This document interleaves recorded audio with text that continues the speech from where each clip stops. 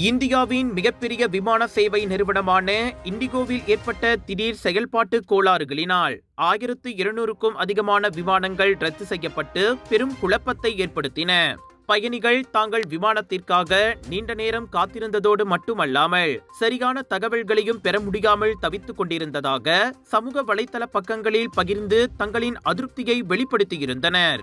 அதேவேளை தொழில்நுட்ப கோளாறுகள், மோசமான வானிலை, புதிய ஓய்வு விதிகள் மற்றும் விமான போக்குவரத்து நெரிசல் ஆகியவை ஒரே நேரத்தில் ஏற்பட்டதால் இந்நிலை உருவானதாக இண்டிகோ நிறுவனம் அறிவித்துள்ளது. விமான நிறுவனத்தின் CEO பீட்டர் எல்பர்ஸ் கடந்த 3 நாட்களாக நூற்றுக்கணக்கான விமானங்கள் ரத்து செய்யப்பட்டு தாமதமானதால் ஏற்பட்ட பெரும் குழப்பங்களுக்கு மன்னிப்பு கோரினார். இந்நிலையில் பயணிகளுக்கு அளித்த வாக்குறுதியை இண்டிகோ நிறுவனம் நிறைவேற்ற முடியவில்லை என்று அவர் மிகுந்த வருத்தத்துடன் தனது ஊழியர்களிடம் மன்னிப்பு கேட்டு எழுதிய மின்னஞ்சல் ஒன்று தற்போது வலைத்தளத்தில் வைரலாகி வருகின்றது.